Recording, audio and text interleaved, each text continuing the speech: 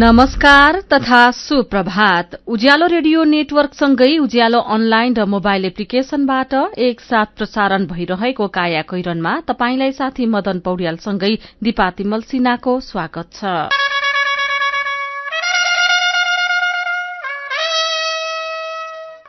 चुनाव 79 अब 2 दिन बाँकी।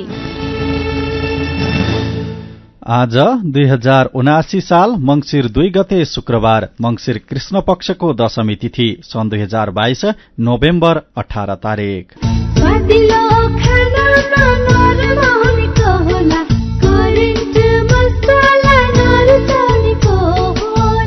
काया कैरनको साथमा करेन्ट मसला र करेन्ट चिया, स्वादको झट्का। काया कैरन शुरू गरौं मुख्य खबरका शीर्षकहरूबाट। पर्सि आइतबार हुने चुनावको सबै तयारी पूरा, 12 गतेभित्र मत परिणाम आइसक्ने निर्वाचन आयोगको दावी। चुनाव बिथोल्ने र बहिष्कार गर्न खोज्ने विरूद्ध कठोर कदम चाल्न सबै संयन्त्र परिचालित, 22 पालिकाका 42 वटा संवेदनशील केही ठाउँमा हवाई गस्ती समेत गरिने। आत्मनिर्भर भएको 5 वर्षमा सिमेन्ट उद्योगको उत्पादन 30% खुम्चियो, उत्पादन कटौतीपछि आर्थिक समस्याले केही उद्योग बन्द हुने अवस्थामा। रुसले युक्रेनमा गरेको पछिल्लो हवाई आक्रमणबाट भौतिक पूर्वाधारमा व्यापक क्षति, ऊर्जा तथा खाद्य सुरक्षामा विश्वव्यापी चिन्ता। र नेपाल र युएई बीचको तेस्रो तथा अन्तिम एक दिवसीय खेल आज। वैदेशिक रोजगार न्याय सम्बन्धी जानकारी। वैदेशिक रोजगारमा जाने व्यक्ति ठगिएमा वा शोषणमा परेमा वैदेशिक रोजगार विभागमा वा आफ्नो जिल्लाको जिल्ला प्रशासन कार्यालयमा निवेदन दिनुपर्दछ। वैदेशिक रोजगार ठगी गर्ने व्यक्तिलाई 3 वर्षदेखि 7 वर्षसम्म कैद र 3 लाखदेखि 5 लाख रुपियाँसम्म जरिवाना सजाय हुन्छ। वैदेशिक रोजगारमा ठगिएको व्यक्तिले बुझाएको रकम र त्यसमा थप 50% हर्जना सहितको रकम पीड़कबाट फिर्ता पाउँछन्। वैदेशिक रोजगार ठगीको विषयमा जहिले पनि उजुरी लाग्दछ। क्षतिपूर्तिसँग सम्बन्धित उजुरी 1 वर्षभित्रमा दिनुपर्दछ। वैदेशिक रोजगारमा जाँदा लाग्ने खर्च, मेन पावरमा बुझाइ भरपाई लिएमा न्याय पाउन सजिलो हुन्छ। वैदेशिक रोजगारीको सिलसिलामा ठगिएमा वा उद्धार गर्नु परेमा वा बेचबिखनमा परेमा वा तलब नपाई कानूनी सल्लाह र निशुल्क कानूनी सहायता चाहिएमा पिपुल फोरमको फोन नम्बर 01 45 23 973 मा सम्पर्क गर्न सकिनेछ। आइरेक्सको सहयोगमा मानव अधिकारका लागि जनमञ्च, पिपुल फोरम काठमाडौँ, नेपाल। महका मसला दरबार फुडको उत्पादन अर्ग्यानिक सधैँ खाना सबै कक्का मिठो बनाउने आशाला महका मसला। दरबार फुड्सको महक मसाला, दरबार ब्रान्डका नमकीन, भुजिया र दालमोठहरू अब अन्तर्राष्ट्रिय स्वादमा सर्वत्र उपलब्ध छ। नेपाली मनको चाहना, राष्ट्रियताको भावना। Royal taste with Darbar food, a quality product of Manakamana group.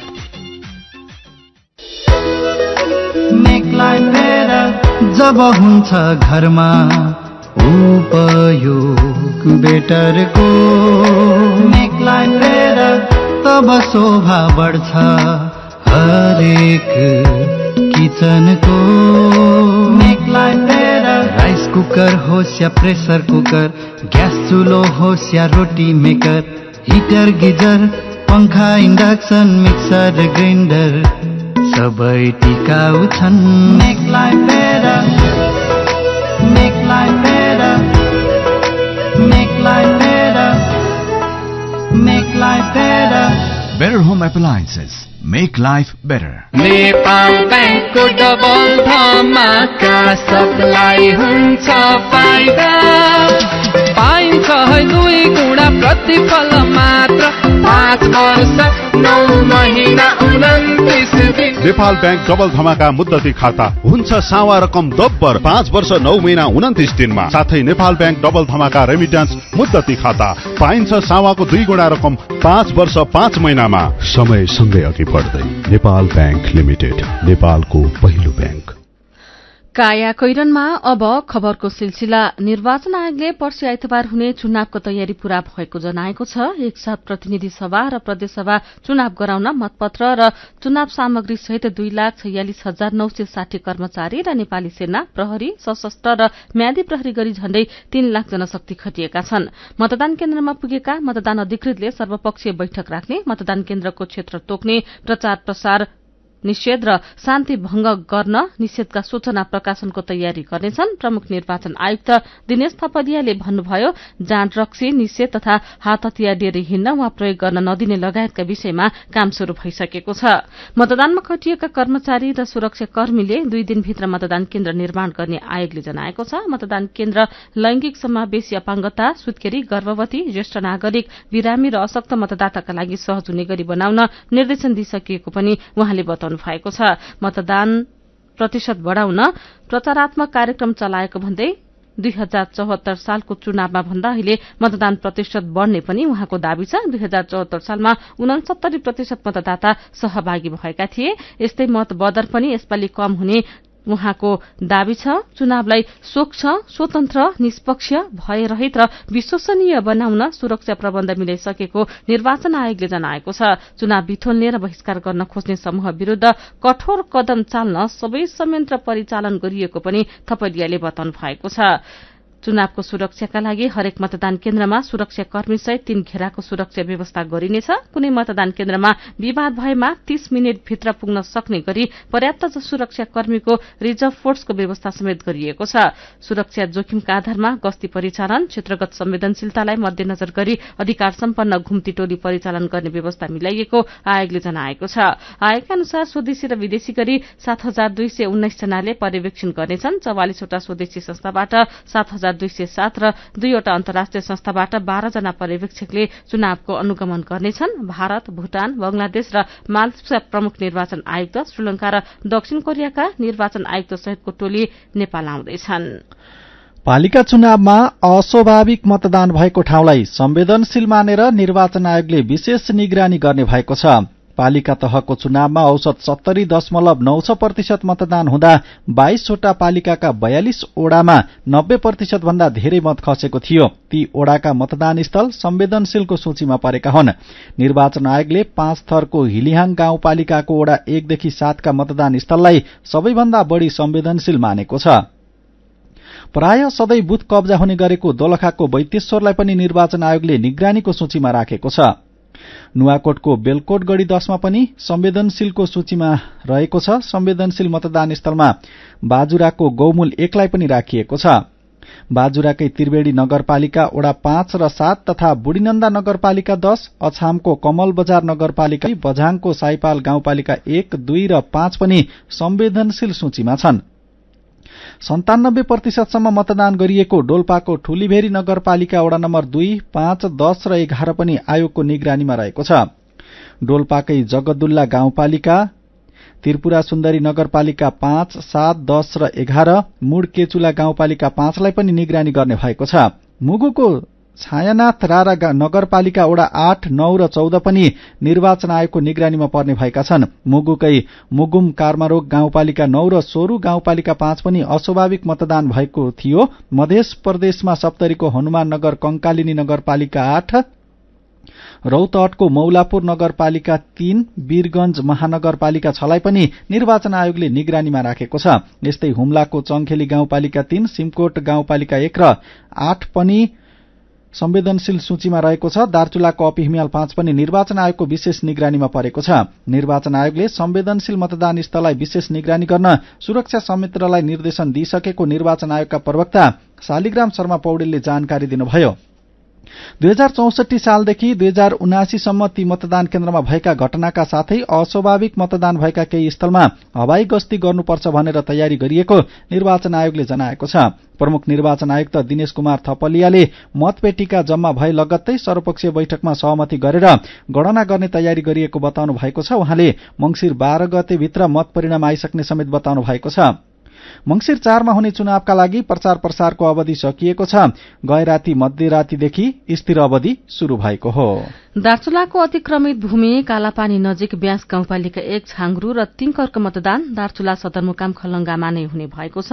Nepali सेनाको हेलिकप्टर मार्फत निर्वाचन सामग्री ढुवानी गरेर स्थानीय तह निर्वाचन छाङ्ग्रु र तिङकरमै गराइएको थियो। अहिले ब्यासमा चिसो बढ़ेका कारण धेरैजसो मतदाता खलंगा झरिसकेकाले छाङ्ग्रु र तिङकर दुवै गाउँको चुनाव जिल्ला सदरमुकाम खलंगामै गर्ने तयारी गरिएको निर्वाचन आयोगले जनाएको छ। काया कैरनमा रिपोर्टसँगै खबरहरू बाँकी नै छन्, सुन्दै गर्नुहोला। नेपालको संविधान र अपाङ्गता भएका व्यक्तिहरूको अधिकार सम्बन्धी ऐनले अपाङ्गता भएका व्यक्तिहरूको राजनीतिक अधिकार सुनिश्चित गरेको छ। यही मंसिर 4 मा हुने प्रतिनिधि सभा तथा प्रदेशसभा सदस्य निर्वाचनमा अपाङ्गता भएका व्यक्तिहरू आफ्नो मताधिकारबाट वञ्चित हुन नपरोस् भन्नका लागि सबै सरकारवाला निकायहरूले जिम्मेवारी लिनुपर्दछ। यसका लागि निर्वाचनको दिन अपाङ्गता भएका व्यक्तिहरूको सहज आवागमनका लागि यातायातको प्रबन्ध गर्ने, अपाङ्गताको प्रकृति अनुसार मतदान स्थललाई पहुँचयुक्त बनाउने, यस्तै आवश्यकता अनुसार व्यक्तिगत सहयोगी तथा सांकेतिक भाषाका दोभाषी समेतको प्रबन्ध मिलाउनु पर्दछ। मंसिर 4 सुनिश्चित गरौं सबैको मताधिकार। नेत्रहीन युवा संघ नेपाल।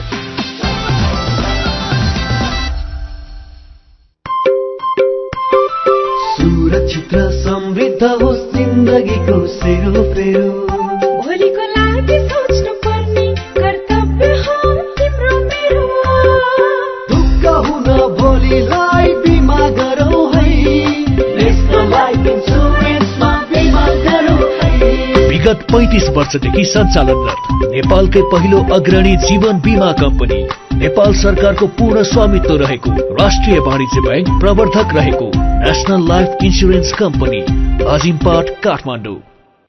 हामी नयाँ जेनेरेसन अघि बढ्नु छ, हामी युवा हौ भविष्य बनाउनु छ।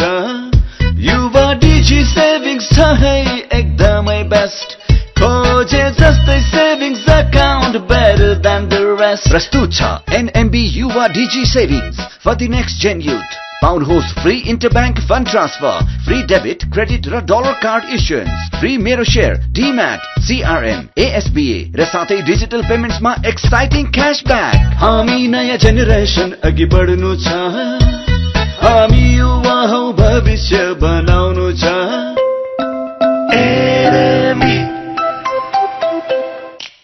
खुसी छरिन्छ घरैभरि, साथ हिम स्टार सधैँभरि। विश्वासको छ नाता, सन्तुष्टिको छ वाचा, छ हिम स्टार जीवनभरि, छ हिम स्टार जीवनभरि। हरेक घरमा जब हुन्छ हिम स्टार, खुसियाली छाउँछ अपार। हिम स्टार, जसलाई म आफ्नो भन्न सक्छु। सन्तान धन धान्यले भरिपूर्ण, बचत गर्न सधैँ लागोस् मन। ग्लोबल आइएमई धनवृष्टि मुद्दती योजना, न त जादु न हो सपना। हुन्छ 2 वर्षमा 3 गुणा।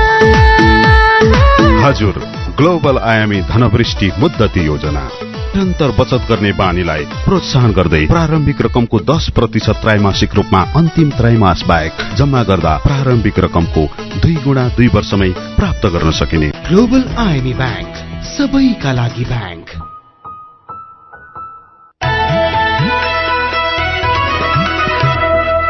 उज्यालो रेडियो नेटवर्कसँगै उज्यालो अनलाइन र मोबाइल एप्लिकेशनमा प्रसारण भइरहेको काया कैरनमा तपाईंलाई फेरि स्वागत छ। यतिजेल हामीले पर्सि आइतबार हुने चुनावको सबै तयारी पूरा, 12 गतेभित्र मत परिणाम आइसक्ने निर्वाचन आयोगको दावी, चुनाव बिथोल्ने र बहिष्कार गर्न खोज्ने विरूद्ध कठोर कदम चाल्न सबै संयन्त्र परिचालित, 22 पालिकाका 42 वटा संवेदनशील केही ठाउँमा हवाई गस्ती समेत गरिने लगायतका खबर प्रस्तुत गर्यौं। अब बाँकी प्रसंग हरेक वर्षको जाडोयाममा बेसी झर्ने मनाङका कतिपय बासिन्दा अहिले गाउँमै छन्। यसअघि नै बेसी झरेकाहरू पनि गाउँ फर्किने तयारीमा छन्। देशका अरू ठाउँका बासिन्दाले जस्तै मनाङका बासिन्दा पनि भोट खसाल्नको लागि आफ्नै गाउँठाउँ फर्कने तयारी गरेका हुन्। काठमाडौँमा बसेका मनाङवासीलाई भेटेर महेश गेवालीले तयार पारेको रिपोर्ट। स्वयम्भूको मनाङ गुम्बाभित्रको एउटा कुनामा मनाङवासीको समूह न्यानो घाममा माला जप्दै बसिरहेका छन्। कोही भोट हाल्न गाउँ जाने योजना बनाउँदैछन्, कसैलाई भने भोट दिनकै लागि गाउँ जाने जागर छैन। काठमाडौँको गौरी गाउँ बस्ने मनाङ नासो गाउँपालिकाका अभिप्रसाद पुनेलले गाउँ छोडेको 25 वर्ष भयो। परिवार सबै यतै छन्। उमेरले 72 छोयो। गाउँ पुग्न 12 घण्टा लाग्छ। तर पनि उहाँ हरेक चुनावमा भोट हाल्न गाउँ जानुहुन्छ। यसपालि पनि चुनावमा गाउँ जाने तयारी गरिसक्नु भएको छ। चुनावमा जाने हो। अब हाम्रो भोट लिस्ट काठमाडौँमा छैन, मनाङमा छ। मनाङमा अब त्यहाँ भोट हाल्न जानु पर्यो। अब दुःख त भइहाल्छ। अब के गर्नु, आफ्नो परिपाटी हुन्छ। गाडी राम्रै व्यवस्था छ, गयो भोट हाल्यो। अरू हिमाली क्षेत्रका बासिन्दा जस्तै मनाङीहरू पनि चिसो छल्न हरेक वर्ष बेसी झर्छन्। अघिल्ला वर्षहरूमा कार्तिकको पहिलो हप्तादेखि नै मनाङी बेसी झर्थे, तर यसपालि चुनावले गर्दा रोकिए। भोट हालेपछि मात्रै जाडो छल्न बेसी झर्ने धेरैको योजना छ। तर कसलाई भोट हालेर के भयो र भन्नेहरू पनि छन्। मतदान नै नगरे उम्मेद्वारलाई पनि घचघच्याउन पाइँदैन। त्यसैले भोट हाल्न मात्रै भए पनि गाउँ जान लागेको बताउनुहुन्छ 25 वर्षदेखि काठमाडौँ बस्दै आउनुभएका नासो गाउँपालिकाका दोर्जे विष्ट। जानु त पर्यो नि, हाल्नु त पर्यो। हालेर आफूले मत दिएको नेता जित्यो भने हामीले भोलि ल के गर्नु पर्यो है भन्न त पाइयो नि कमसेकम। अब मतै हाल्न गएको छैन भने त अब के मुख्छ भन्ने त मत दिएको त प्रयोग त गर्नु पर्यो। दलहरूले चुनावी घोषणा पत्रमा गाउँ गाउँमा सहज स्वास्थ्य सेवा, निशुल्क शिक्षा, युवालाई रोजगारी जस्ता आकर्षक नारा समेटेका छन्। दुर्गम क्षेत्रका बासिन्दालाई त यस्ता नारा आकाशको फल जस्तै भएको छ। गाउँमा बल्ल बल्ल बाटो पुगेको छ, तर गाडीमा भन्दा हिँडेरै जान सजिलो हुन्छ। एयरपोर्ट पनि छ, तर उड्ने जहाज छैन। मनाङका 80% भन्दा धेरै बासिन्दा त शहरमा बसाइसराई गरिसके। त्यसैले चामेका दिलबहादुर घलेलाई यसपालि भोट खसाल्नकै लागि गाउँ जाने जाँगर छैन। भोट हाल्न पनि जान्छ, म जान्छ जान्ने त, तर यसपालि चाहिँ नजानी हो। किनभने आफ्नो ठाउँ बनाउनले जाने नै टाउको ठोकेर जानु पर्यो। सरकार लाइनमा पहुँच छैन भने म माथिल्लो भोट हाल्ने गएर मैले के चाहेको पनि छैन। असल र योग्य प्रतिनिधि छान्ने अवसर हतपत आउँदैन। यो अवसर घुम्न नदिनु सबै मतदाताको पनि कर्तव्य र अधिकार हो। त्यसैले योग्य उम्मेद्वार छान्न जसरी पनि गाउँ जानुपर्छ भन्नुहुन्छ काठमाडौँ बस्ने माथिल्लो मनाङका तेन्जिङ गुरुङ। भोट हाल्यो भने त देशमा कुन राम्रो गर्छ, मनाङमा को राम्रो विकास गर्छ, त्यसले नै हाल्नु पर्यो। सोचे त्यही हो। देश राम्रो गर्नेले छान्नु पर्यो नि त। देश राम्रो गर्ने, देशले विकास गर्नेले छान्नु पर्यो नि त। रिपोर्टपछि फेरि मनाङकै प्रसंग। मनाङमा साँझ बिहान र रातिको तापक्रम माइनसमा झरेको छ। सबैभन्दा उचाइमा रहेको नार 4200 मिटरमा धाराको पानी समेत जमेको छ। सदरमुकाम चामेबाट निकै टाढा रहेको यो ठाउँमा रुख नहुँदा दाउराको अभाव हुन्छ, पाए पनि निकै महँगो पर्छ। खर्चडमा ग्यास सिलिण्डर बोकेर ल्याइयो, बलेन चिसोले होला। चामेबाट 2 दिन पैदल हिँडेर पुगेका नार्पा भूमि गाउँपालिका 3 ओडा कार्यालयका मतदान अधिकृत राजेन्द्र कुमार श्रेष्ठले भन्नुभयो, आगो फुक्न दाउरा किन्दा भारीको 2000 रुपियाँ पर्यो। नजिकै अरू 2 केन्द्र पनि छन्। सबैको समस्या सकसपूर्ण छ, सबैको अवस्था सकसपूर्ण छ। नार्पा भूमि 1 देखि 3 सम्म नार गाउँमा पुगेका कर्मचारी ओडा कार्यालय, विद्यालय, गुम्बा लगायत ठाउँमा बास बसेका छन्। चिसो बढ़ेको र पानी समेत जमेकाले तताएर खान समस्या भएको कर्मचारीहरूले बताएका छन्। नार्पा भूमिमा बलेन ग्यास, 1 भारी दाउराको 2000 रुपियाँ, 1 गिलास तातो पानीको 100 रुपियाँ। मनाङको नार्पा भूमिमा रहेको 4200 मिटर उचाइमा रहेको नार गाउँको तस्बिर सहित यो खबर कान्तिपुर दैनिकले छापेको छ। मनाङपछि मुस्ताङको खबर। बारागुड मुक्ति क्षेत्र गाउँपालिका 1 झारकोटकी 70 वर्षीय तेम्पा लामा मुक्तिनाथ मन्दिर नजिकै बस्नुहुन्छ। उमेरले नेटो काटे पनि उहाँले व्यापार व्यवसायबाट हात झिकिसक्नु भएको छैन। उहाँको पसलमा राखिएका प्राचीन कला संस्कृति झल्किने सामग्रीले मुक्तिनाथ क्षेत्र घुम्न आउने पर्यटकलाई निकै लोभ्याउने गर्छ। हिमाल पारीको जिल्ला भनेर चिनिने मुस्ताङ भौगोलिक रूपमा विकट छ। पोखरा बेनी जोमसुम सड़कको स्तर उन्नति नहुँदा स्थानीय बासिन्दाले यातायातमा शास्ति भोगिरहेका रहेका छन्, तर व्यापार व्यवसायप्रतिको लगावले मुस्ताङवासीलाई समृद्धिको यात्रामा डोराइरहेको छ। जिल्लामै बसेर होस् वा जिल्ला बाहिर पुगेर होस्, व्यापार व्यवसायमा उनीहरूको लगाव देखिन्छ। देशभर चुनावको रौनक बढ़िरहँदा समेत मुस्ताङवासी व्यापार व्यवसायमै व्यस्त देखिन्छन्। काया कैरनमा मेरो पनि भन्नु छ र कार्टुनसँगै खबरको सिलसिला बाँकी नै छ, सुन्दै गर्नुहोला। विदेशबाट आयामी गरेको पैसा सिधै तपाईको मोबाइलमा लिन मिल्छ। अहिलेको अवस्थामा बाहिर गएर पैसा निकाल्न त्यति सजिलो छैन। त्यसैले आफ्नो मोबाइल निकाल्नुहोस्, आइएमई पे डाउनलोड गर्नुहोस् अनि घर बसी बसी आफ्नो रकम प्राप्त गर्नुहोस्। विदेशबाट आइएमई गरेको रकम प्राप्त गर्न आफ्नो मोबाइल फोनमा आइएमई पे डाउनलोड गर्नुहोस्। अब आइएमई गरौँ, आइएमई पे मा प्राप्त गरौँ सजिलै। होइन हो दाजु भाउजू, खुसी हुँदै कस्तो नाचे। हामीलाई त तेरा भन्दा धेरै सुविधा मुक्तिनाथ आशीर्वाद बचत खाता खोलेर। होइन के छ र यसमा त्यस्तो खुसी भइरहे? सर्वाधिक ब्याज दर निशुल्क डेबिट कार्ड छ यसमा, मोबाइल ब्याङ्किङ अनि गजबको बिमा। खातामा बिमा हो नि, अब खुसीको छैन कुनै सीमा। बचत खातामा 1 करोड 1 लाखसम्मको बिमा हो हजुर। अब मुक्तिनाथ आशीर्वाद बचत खातामा पाउनुहोस् 1 करोड 1 लाखसम्मको बिमा, साथै आकर्षक ब्याज दरसँगै निशुल्क भिजा डेबिट कार्ड, निशुल्क मोबाइल ब्याङ्किङ अनि 13 अन्य ब्याङ्किङ सुविधाहरूमा छुट। अब खुसीको छैन कुनै सीमा। बचत खातामा 1 करोड 1 लाखसम्मको बिमा। मुक्तिनाथ विकास ब्याङ्क, जनता ब्याङ्कमा होइन, ब्याङ्क जनतामा जानु पर्दछ। मेरा छोराछोरीको सपना अन्तर्राष्ट्रिय स्तरको उच्च शिक्षा। म पनि यस्तै चाहन्छु। मलाई विश्वास छ हाम्रो सपना र चाहनालाई पूरा गर्छ नेपाल जापान सेवा सेन्टरले। हजुर, उच्च शिक्षाको लागि जापानको जुनसुकै सिटीमा अध्ययन गर्न र जापानिज भाषा सिक्नको लागि हामी तपाईको साथमा छौं। सम्पर्क Nepal Japan Sewa centre, Nagpokhari, Kathmandu. Phone number 4428 242 4428 242। Come once, you will certainly be benefited. Ujyaalo radio network मार्फत देशभरिका विभिन्न एफएम स्टेशन तथा उज्यालो अनलाइन र मोबाइल एप्लिकेशनमा प्रसारण भइरहेको काया कैरनमा तपाईंलाई फेरि स्वागत छ।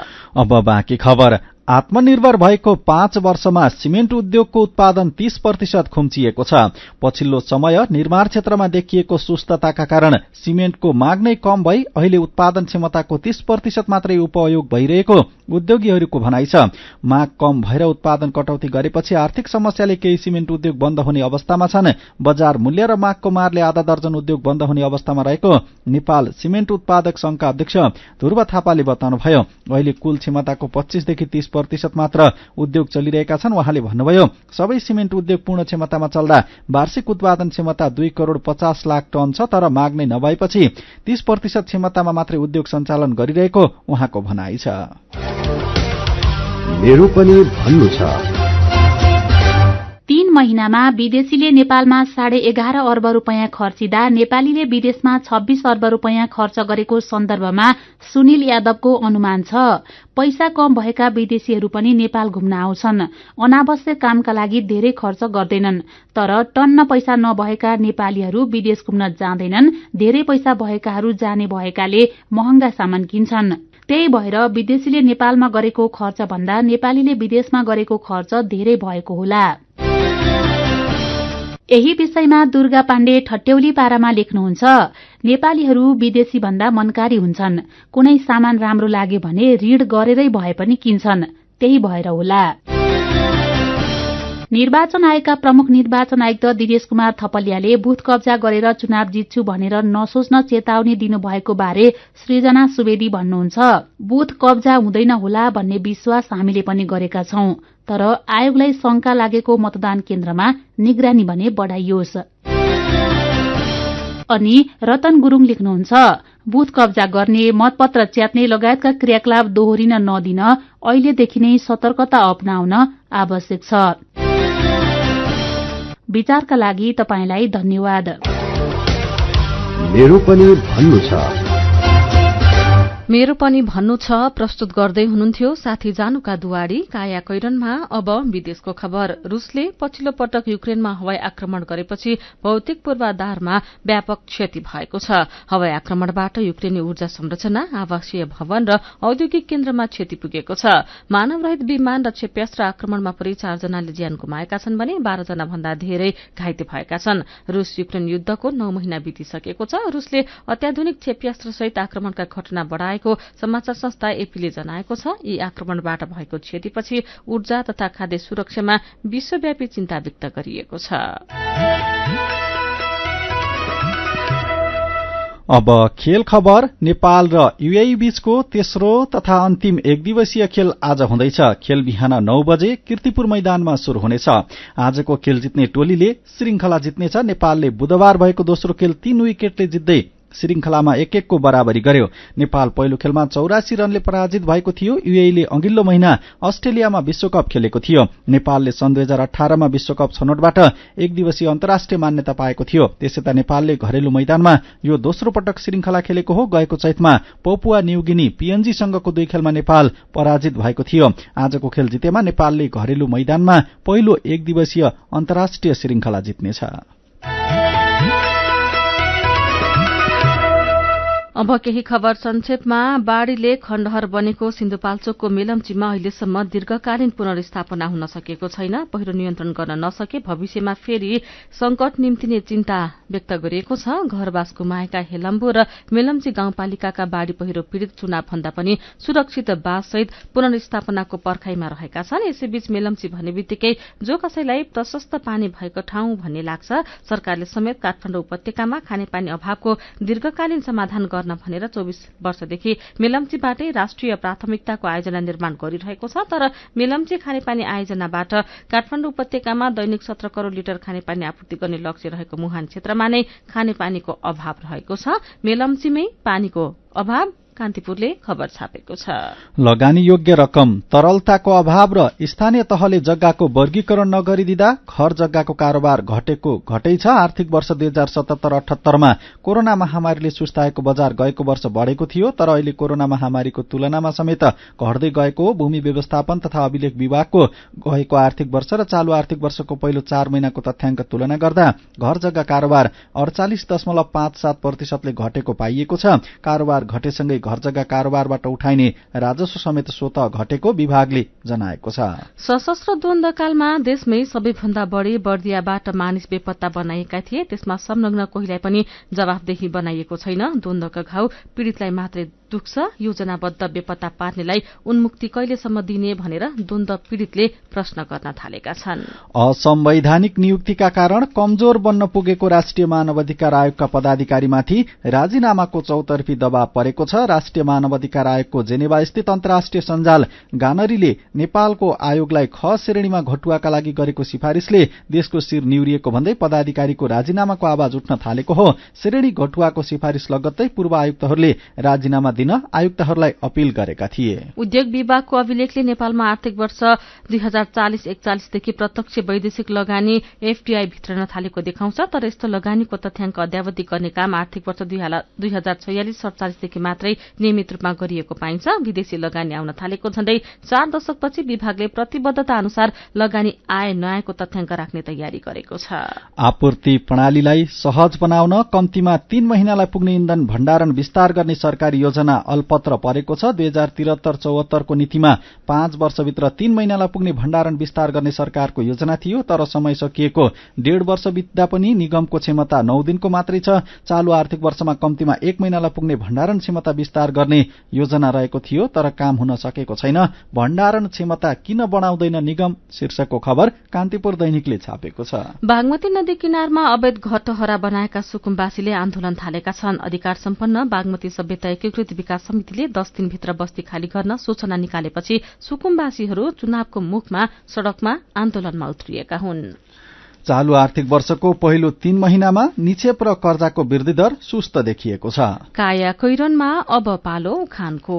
कामले काम सिकाउँछ, अनि माम पनि दिलाउँछ। उखानसँगै हामी काया कैरनको अन्त्यमा आइपुगेका छौं। आजका मुख्य मुख्य खबर फेरि एकपटक। पर्सि आइतबार हुने चुनावको सबै तयारी पूरा, 12 गतेभित्र मत परिणाम आइसक्ने निर्वाचन आयोगको दावी। चुनाव बिथोल्ने र बहिष्कार गर्न खोज्ने विरूद्ध कठोर कदम चाल्न सबै संयन्त्र परिचालित। 22 पालिकाका 42 वटा संवेदनशील केही ठाउँमा हवाई गस्ती समेत गरिने। आत्मनिर्भर भएको 5 वर्षमा सिमेन्ट उद्योगको उत्पादन 30% खुम्चियो। उत्पादन कटौतीपछि आर्थिक समस्याले केही उद्योग बन्द हुने अवस्थामा। रूसले युक्रेनमा गरेको पछिल्लो हवाई आक्रमणबाट भौतिक पूर्वाधारमा व्यापक क्षति। ऊर्जा तथा खाद्य सुरक्षामा विश्वव्यापी चिन्ता। र नेपाल र यूएई बीचको तेस्रो तथा अन्तिम एकदिवसीय खेल आज। र अन्त्यमा आजको कार्टुन। आज हामीले चसक्क शीर्षकमा महेश बस्ताकोटीले बनाउनु भएको कार्टुन लिएका छौं। पर्सि हुने चुनावका लागि स्थिर अर्थात मौन अवधि शुरू भइसकेको छ। कार्टुन यही विषयसँग सम्बन्धित छ। यहाँ कार्टुनमा एकजना नेता सहित अर्का एक व्यक्ति छन्। नेताको छेउमा बसेका व्यक्ति नेतालाई बोलाइरहेका छन्, तर नेता बोल्दै बोल्दैनन्।